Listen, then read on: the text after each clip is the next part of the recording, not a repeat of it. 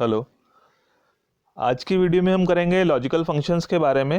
Logical functions जो है वो यूज़ किए जाते हैं माइक्रोसॉफ्ट एक्सेल में। हम उनका इस्तेमाल कर सकते हैं किसी पर्टिकुलर कंडीशन को टेस्ट करने के लिए, चेक करने के लिए, डिसीजन मेकिंग के लिए कि वो कंडीशन सेटिस्फाई हो रही है या नहीं हो पा रही है। अगर हो रही है तो क्या रिजल्ट आएंगे, नहीं हो रही है तो क्या रिजल्ट आएंगे। तो उसके लिए कुछ लॉजिकल फंक्शंस हैं, जैसे इफ़ फंक्शन है, एंड फंक्शन है, और है, नॉट है। तो उन फंक्शंस के बारे में हम आज की वीडियो में करेंगे। तो सबसे पहले हम इफ़ फंक्शन के बारे में शुरू करते हैं। तो इफ़ फंक्शन क्या है कि एक पर्टिकुलर कंडीशन को चेक करने के लिए कि वो कंडीशन पूरी हो रही है या नहीं हो रही है। अगर हो रही है तो क्या रिजल्ट आएंगे, नहीं हो रही है तो क्या रिजल्ट आएंगे, उसके लिए इफ़ फंक्शन का इस्तेमाल किया जाता है। फॉर एग्जाम्पल कि हम चेक करना चाह रहे हैं कि जो राम और श्याम दो स्टूडेंट्स हैं, इनका जो है वो मैथ्स का रिजल्ट चेक करना चाह रहे हैं। मैथ्स का रिजल्ट चेक करना है तो मैथ्स में अगर उसके 45 और 45 से ज़्यादा मार्क्स हैं तब वो पास है, अगर उससे कम रह जाते हैं तो वो फेल है। तो हमने क्या किया, हमने if condition, if function use किया। इफ़ फंक्शन यहाँ पे लिखा और यहाँ पे आप देख भी रहे होंगे कि लिखा बता रहा है कि चेक से कंडीशन इज मेट किया है। वो जो है उस कंडीशन को चेक करता है कि वो कंडीशन पूरी हो रही है या नहीं हो रही है। अगर हो रही है तो क्या रिजल्ट आएंगे और नहीं हो रही है तो फिर वो फॉल्स रिजल्ट प्रोवाइड करेगा। तो इफ़ फंक्शन ने यूज़ किया, देन उसके बाद जो उसके आर्गुमेंट लिखने हैं उसके लिए ब्रैकेट स्टार्ट करनी है। हम किसके चेक कर रहे हैं, मैथ्स के मार्क्स चेक कर रहे हैं। हमने इसका सेल का एड्रेस डाल दिया यहाँ पे और उसके लिए लिख दिया कि it should be greater than और इक्वल टू 45, देन कॉमा करके फिर हम उसका रिजल्ट हम देखना चाह रहे हैं कि अगर ये कंडीशन पूरी हो तो उसका रिजल्ट पास आए, और अगर जो है फिर कंडीशन पूरी नहीं होती है तो उसका रिजल्ट जो है वो फेल आए। पर ये ध्यान रखना है आपने कि जो आर्ग्यूमेंट्स हैं इनको कॉमा से सेपरेट करना है और साथ में जो है इन्वर्टेड कॉमर्स का इस में इनको लिखना है जो भी आपको रिजल्ट चाहिए। कंडीशन पूरी होने पे क्या रिजल्ट आएगा, नहीं वो पूरी होने पर क्या रिजल्ट आएगा, उसके लिए जो है आपको उन दोनों चीज़ों को इन्वर्टेड कॉमर्स में लिखना है। तो ये हमने लिख लिया पूरा फंक्शन और उसके बाद अगर हम एंटर प्रेस करते हैं तो रिजल्ट जो है वो पास आ रहा है, क्योंकि इसके मार्क्स जो हैं मैथ्स में मोर देन 45 हैं। अगर इसी फॉर्मूला को हम जो है वो कंट्रोल+C और कंट्रोल+V करके नेक्स्ट सेल में कॉपी पेस्ट कर देते हैं तो यहाँ पे देख रहे हैं आपकी इसका रिजल्ट जो है वो फेल आ गया और ऑटोमेटिकली जो है वो सेल का एड्रेस चेंज हो गया। और सेल का एड्रेस में क्या कह रहा है कि C4, क्या कंडीशन लगाई थी हमने कि C4 जो है ये हमारा C4 अगर ये मोर देन और इक्वल टू 45 है तब रिजल्ट पास आना था, but it is less than 45 तो जो है कंडीशन पूरी नहीं हुई तो रिजल्ट फेल आ रहा है। और यहाँ वाले में क्या था कि C3 जो है वो मोर देन और इक्वल टू 45 तब पास का रिजल्ट आना था, तो कंडीशन पूरी हो रही है तो रिजल्ट जो है हमारे पास पास का आ रहा है। तो इफ़ फंक्शन का हम इस तरह से इस्तेमाल कर सकते हैं कि कंडीशन पूरी हो रही है तो क्या रिजल्ट आएगा वो हम इस तरह से लिख सकते हैं, नहीं पूरी हो रही है तो ये रिजल्ट आएगा। तो इस तरह से हम इफ़ फंक्शन का इस्तेमाल कर सकते हैं। अब इफ़ फंक्शन के बाद जो है हमारे पास नेक्स्ट जो फंक्शन है that is and function. And function basically किस लिए यूज़ किया जाता है कि अगर हमने जो कोई कंडीशंस लगानी है, लॉजिकल कंडीशंस लगानी है और उसमें हम चाहते हैं कि दोनों कंडीशंस पूरी होनी चाहिए, दो से ज़्यादा, 2 3 4 5 जितनी भी कंडीशंस हैं वो सभी कंडीशंस जो है वो पूरी होंगी तब ट्रू रिजल्ट आएंगे। और अगर वो कंडीशन 2 3 4 जितनी भी कंडीशंस हमने लगाई हैं उनमें से अगर एक भी कंडीशन पूरी नहीं होती है तो रिजल्ट जो है वो फॉल्स में चला जाएगा। तो जैसे हमने यहाँ पे लिखा हुआ है मैथ्स और हिंदी, हम चाह रहे हैं कि उसका रिजल्ट चेक करना है हमने कि वो मैथ्स में भी पास हो, हिंदी में भी पास हो, तब उसका रिजल्ट पास आए। और दोनों में से किसी एक में भी अगर वो फेल हो जाता है तो उसका रिजल्ट फेल आना चाहिए। तो इसके लिए हमें कौन सा फंक्शन यूज़ करना है, एंड फंक्शन यूज़ करना है। तो इसको हम इफ़ और एंड दोनों फंक्शंस का एक साथ इस्तेमाल करेंगे। तो इफ़ और एंड फंक्शन का इस्तेमाल करना है तो पहले हम इफ़ से स्टार्ट करेंगे।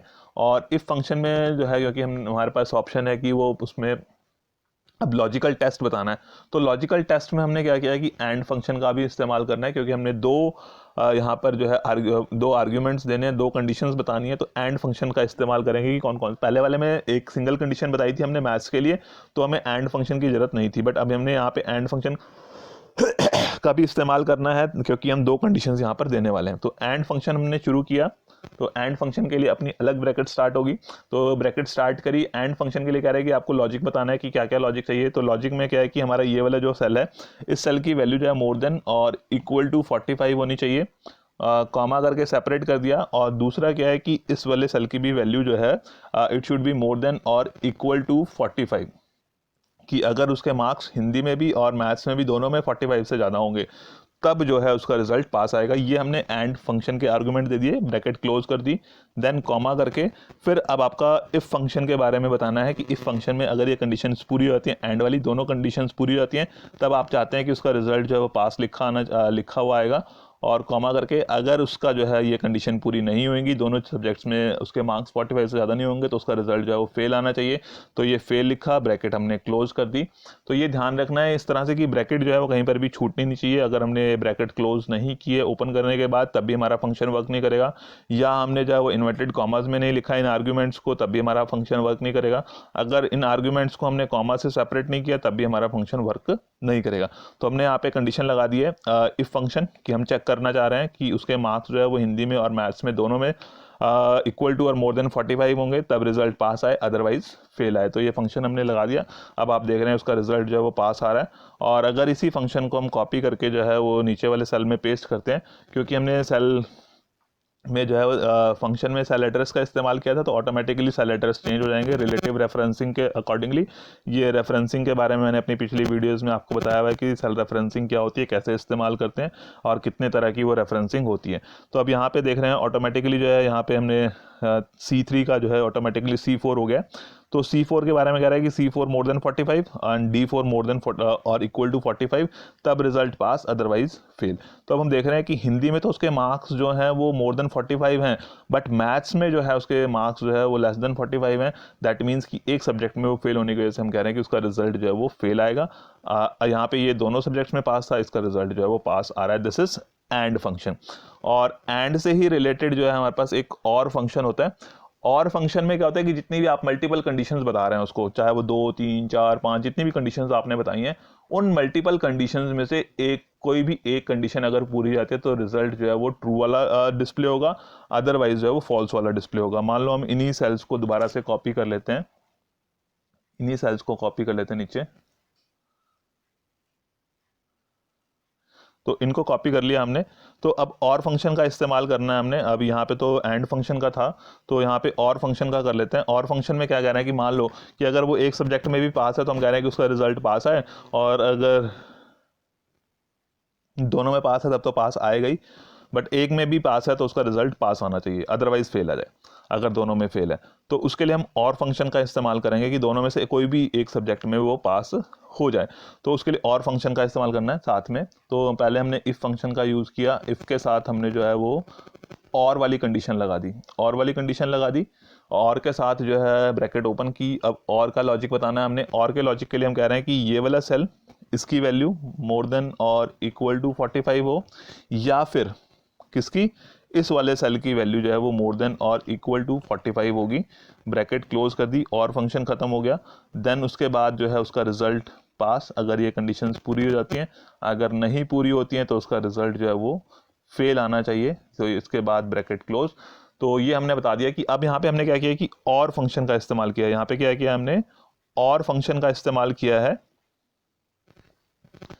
और जब आप और फंक्शन का इस्तेमाल करेंगे तो दो जो कंडीशंस आपने लगाई हैं, दो लगाई होंगी तो दो में से कोई एक, अगर तीन लगाई होंगी तीन में से कोई एक। जैसे एग्जाम्स में आप क्वेश्चन करते हैं, तो अगर आपके पास एग्जाम में आता है कि एंड दिस, तो यानी कि आपको दोनों क्वेश्चन अटैम्प्ट करने हैं। और अगर तीन क्वेश्चन में आता है दिस एंड दिस, तो आपको तीनों क्वेश्चन अटैम्प्ट करने हैं, कोई चॉइस नहीं है। बट अगर और फंक्शन आता है कि आप ऑप्शन ए, बी, सी, ए और बी और सी और डी, तो इन चारों में से कोई भी आप एक कर सकते हैं। तो वही आप ये कंप्यूटर में भी है और फंक्शन का, कि इसमें जितनी भी कंडीशंस आप लगाएंगे, मल्टीपल कंडीशंस, यहाँ पे तो हमने सिर्फ दो यूज़ किए हैं। तो अगर आप यहाँ पे 4, 5, 6, 8, 10 जितनी भी कंडीशंस लगाएंगे, उनमें से कोई भी एक कंडीशन अगर सेटिस्फाई हो जाएगी, तो रिजल्ट जो है वो ट्रू, जो आपका कंडीशन सेटिस्फाई होने पर ये रिजल्ट आएगा। और अगर इनमें से एक भी कंडीशन पूरी नहीं होएगी, तब जो है ये हमारे पास फॉल्स वाला रिजल्ट आएगा। तो अब हम इसको एंटर प्रेस करते हैं, तो आप देख रहे हैं इसका रिजल्ट यहाँ पर पास आ रहा है, क्योंकि इसके तो दोनों ही सब्जेक्ट में मोर देन 45 थे। और इसी को फॉर्मूला को अगर हम नीचे कॉपी पेस्ट कर देते हैं, तो यहाँ पर भी जो है वो रिजल्ट जो है वो उसका पास ही आ रहा है, क्योंकि यहाँ पे हमने जो है वो फंक्शन में लिखा था, आप देख रहे होंगे कि C7 more than 45, D7 more than 45, but D7 तो है मोर देन 45, बट C7 जो है वो मोर देन 45 नहीं है। बट क्योंकि हमने यहाँ पे और फंक्शन का इस्तेमाल किया, तो इन दोनों में से कोई भी एक कंडीशन पूरी होती है तो रिजल्ट जो है हमारे पास ट्रू वाला आएगा, फॉल्स वाला नहीं आएगा। बट अगर हमने एंड कंडीशन लिखी होती तो दोनों कंडीशंस का पूरा होना जरूरी है। अगर एंड फंक्शन होगा तो चाहे वो हमने 2, 3, 4, 5 जितनी भी कंडीशंस लगाई हैं, सभी कंडीशंस का पूरा होना जरूरी होता है। अगर और फंक्शन का इस्तेमाल कर रहे हैं तो आप जो है वो जितनी मल्टीपल कंडीशंस है उसमें से किसी भी एक सिंगल कंडीशन के पूरे हो जाने पर जो है वो ट्रू वाला रिजल्ट आएगा, अदरवाइज जो है वो फॉल्स वाला रिजल्ट मिलेगा। तो इस तरह से जो हम एंड और फंक्शन का इस्तेमाल कर सकते हैं। एक हमारे पास नॉट फंक्शन होता है। नॉट फंक्शन का मतलब कि अपोजिट रिटर्न करता है। जो नॉट फंक्शन है वो अपोजिट रिटर्न करेगा, जो भी उसकी लॉजिकल वैल्यू होगी उसको जो है हम उसका अपोजिट रिटर्न करेगा। जैसे हम लिखते हैं, मान लो इक्वल टू नॉट और विद इन ब्रैकेट हमने लिखा ट्रू, तो ट्रू का अपोजिट जो है वो हमें फॉल्स वैल्यू रिटर्न कर देगा। तो अगर हम कह रहे हैं कि यहाँ पर जो है ये वाला सेल में, इसमें थोड़ा सा छोटा कर लेते हैं इसको,